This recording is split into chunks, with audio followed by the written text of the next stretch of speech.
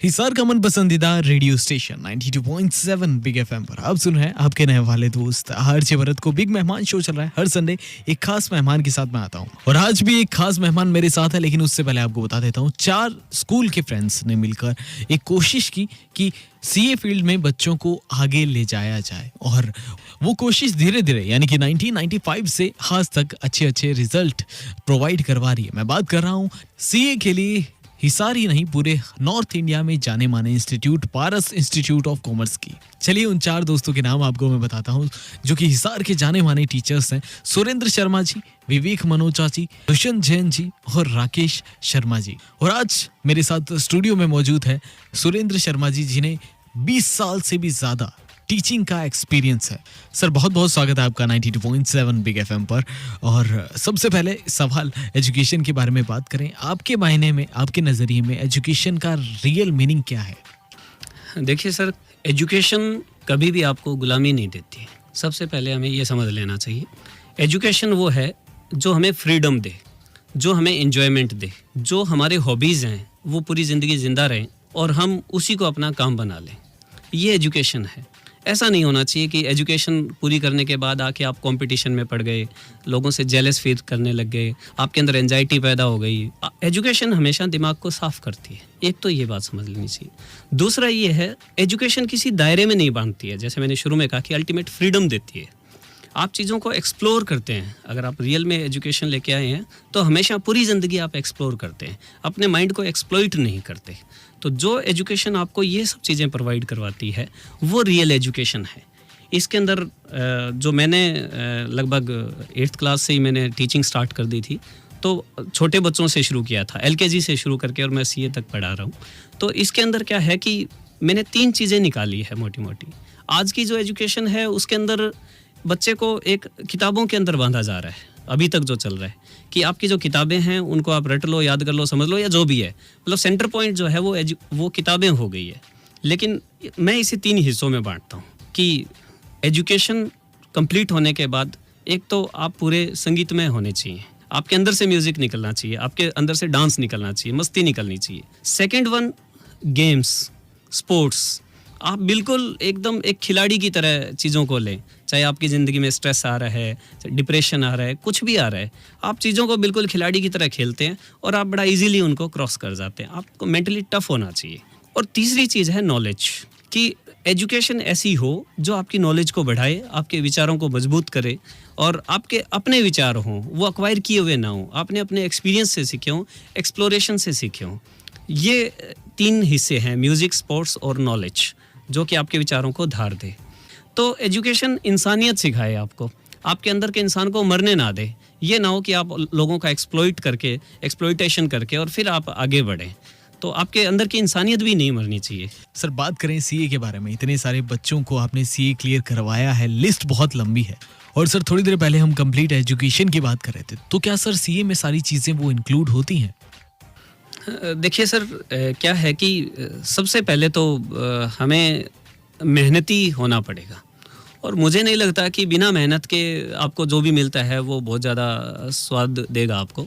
तो पहली बात तो ये है कि सीए बड़ी इंजॉयफुल डिग्री है, बहुत ही ज़्यादा एक्सप्लोर करने को आपको मिलता है, प्रैक्टिकल बेस्ड है। जैसे इसके अंदर 2.5 साल की प्रैक्टिकल ट्रेनिंग होती है, आपको किसी सीए के अंडर रह के करना होता है।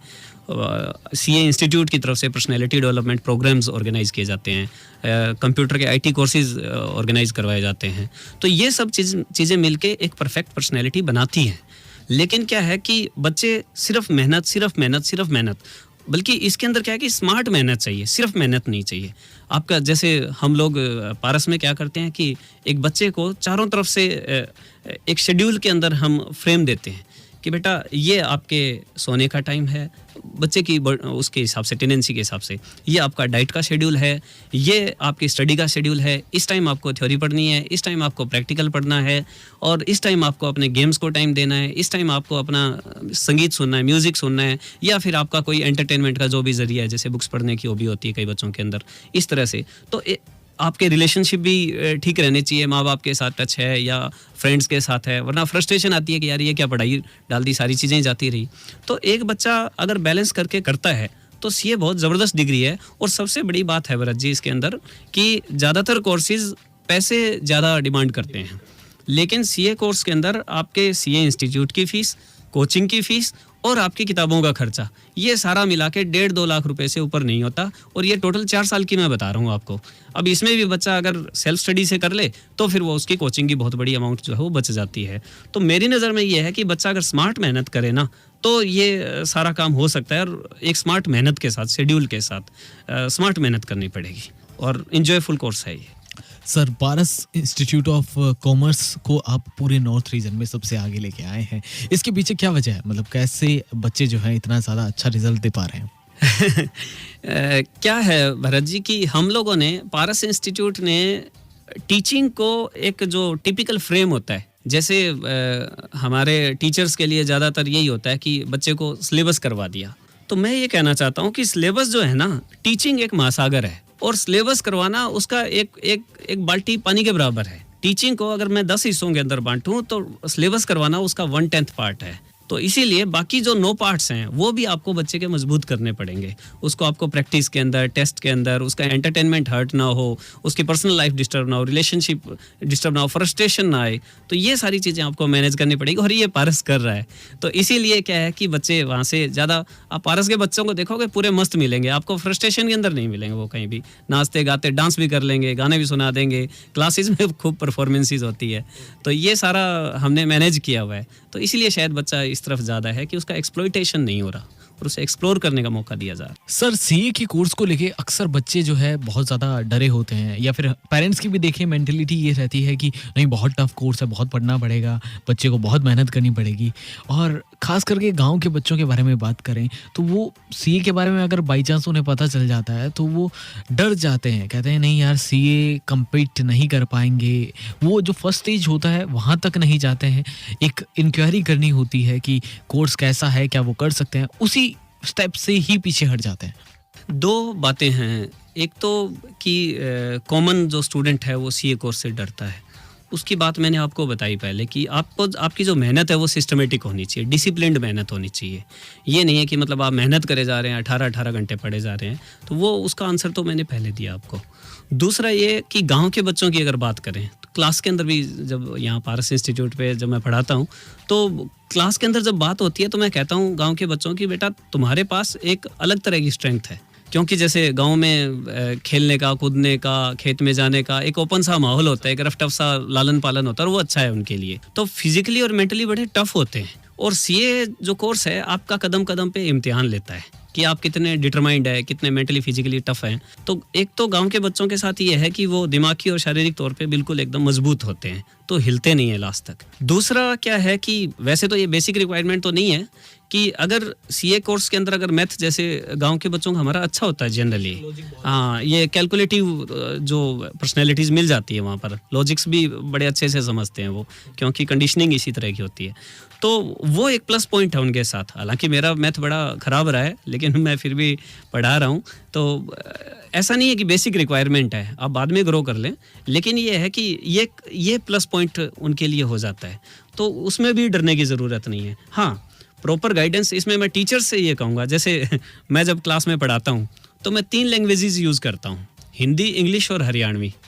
अब कोई किसी बच्चे को बार बार पढ़ाने के बावजूद समझ नहीं आ रही है तो मैं फिर कोई ना कोई हरियाणवी भाषा के अंदर कोई खेत का एग्जाम्पल उठा के, कोई गांव की गलियों का एग्जाम्पल उठा के तब मैं समझाता हूँ। तो हमारे टीचर्स का रोल उसके अंदर बढ़ जाता है कि भाई आप गाँव के बच्चों को लीनियंटली ना लें या यूँ ना लें कि ये इस तरह का है। दूसरा, लास्ट जो बात है, इंग्लिश से डरते हैं। तो मैं गांव के बच्चों से साफ साफ कहना चाहूँगा कि इंग्लिश जो है वो सब्जेक्ट नहीं है कभी भी। ये मैं एक जनरल बात भी कर रहा हूँ कि इंग्लिश सब्जेक्ट नहीं है, ये एक लैंग्वेज है, ये एक भाषा है। और ये जब आप इस माहौल के अंदर ढलते हैं, मैं देखता हूँ कि यहाँ हम पारस पे ग्रुप स्टडीज़ करवाते हैं भाई, जब ऑफ टाइम होता है तो 5-5 बच्चों के ग्रुप बना देते हैं। तो उसमें गाँव के बच्चे शहर के बच्चों को पढ़ा रहे होते हैं। जैसे एग्जाम्पल के तौर पे मैं आपको बताता हूँ, हमारा एक लड़का था इधर मैम के पास गाँव है, अभी वो सीए बना है, अमित राठी। तो वो जब अपने एग्ज़ाम्स देने के लिए यहाँ आता था हिसार में, तो हॉस्टल के अंदर वो अपने जूनियर्स को पढ़ा रहा होता था और बच्चों को हमारे से भी ज़्यादा समझ अच्छा आता था उसमें से।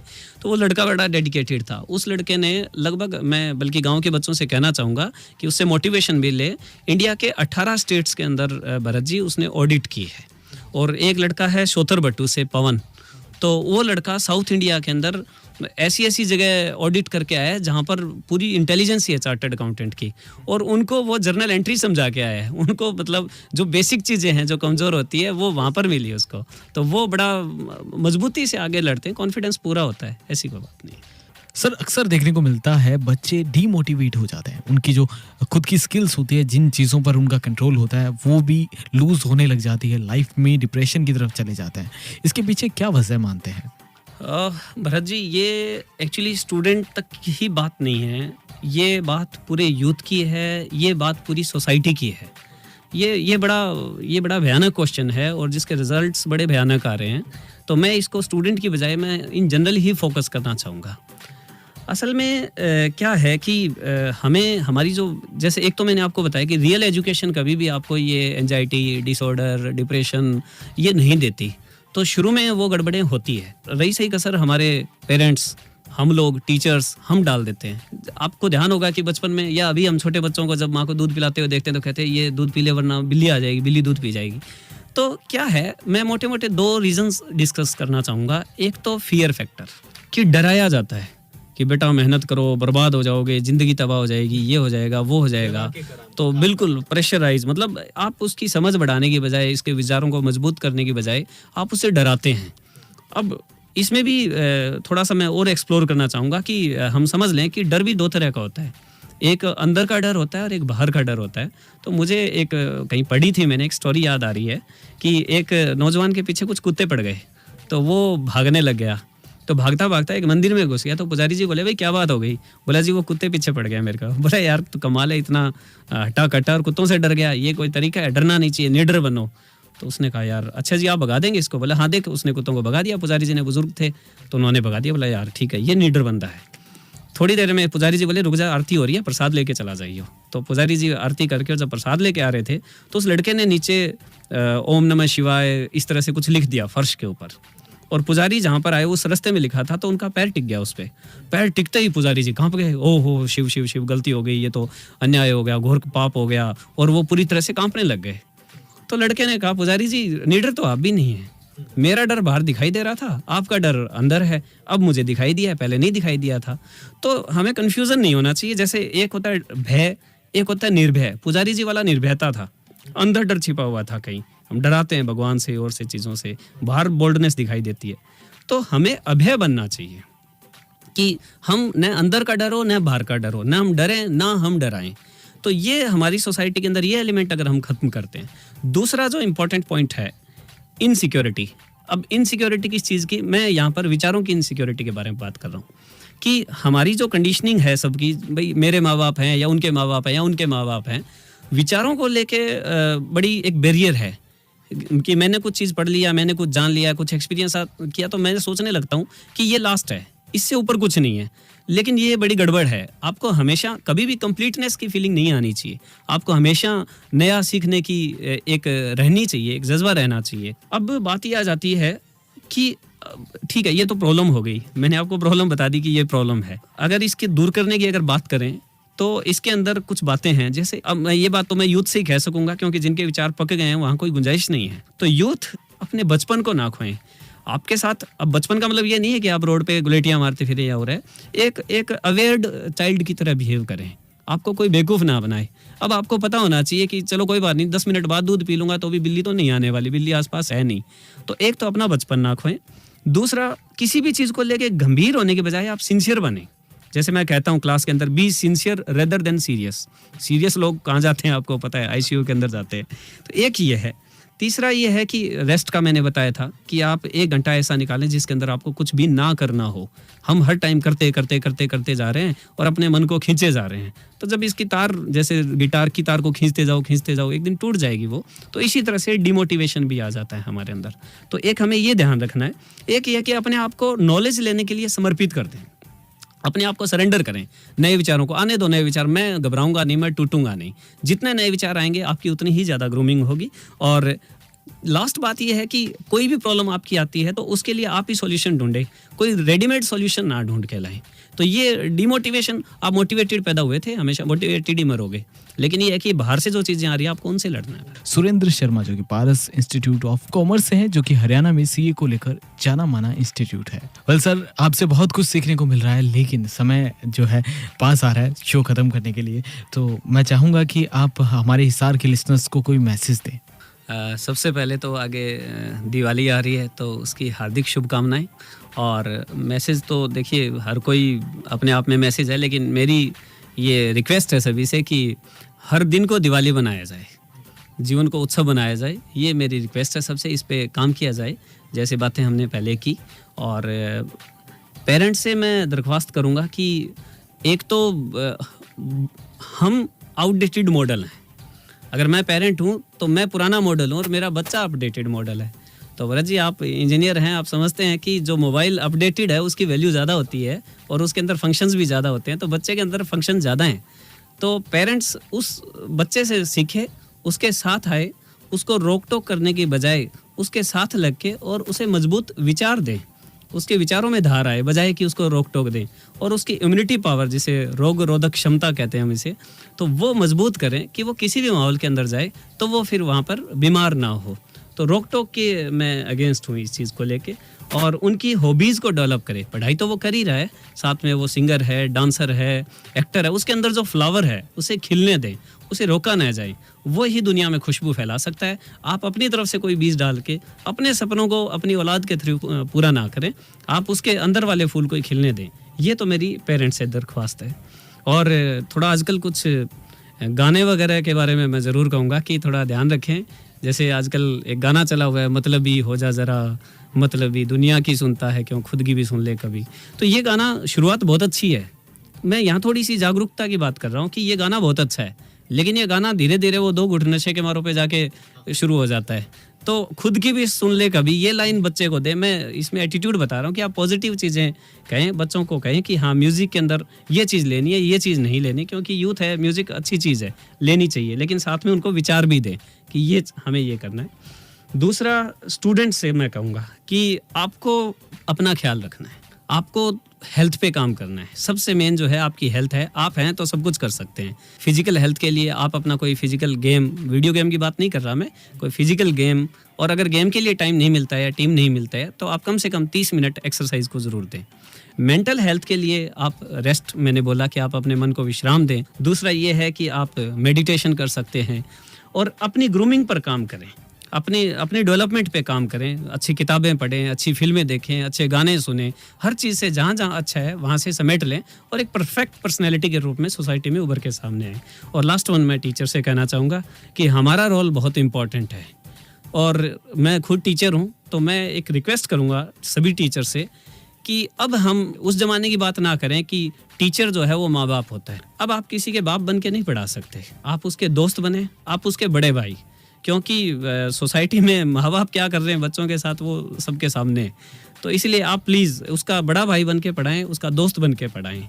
तो ये मेरी टीचर से। एक, बच्चों को इमोशनल बैलेंसिंग ज़रूर बताएं, क्योंकि जो सुसाइड के केस बन रहे हैं, चाहे वो एजुकेशन को लेके हो, करियर को लेके हो, या इमोशनल फ्रस्ट्रेशन हो चाहे, तो आप इमोशनल बैलेंसिंग ज़रूर बच्चों को दें कि उसको कैसे बैलेंस करना है और लाइफ को बैलेंस करना सिखाएं, हर चीज़, ईच एंड एवरी आइटम, ताकि वो सोसाइटी के अंदर एक अच्छा समाज बना सके। क्योंकि टीचर जो है वो समाज का निर्माता है।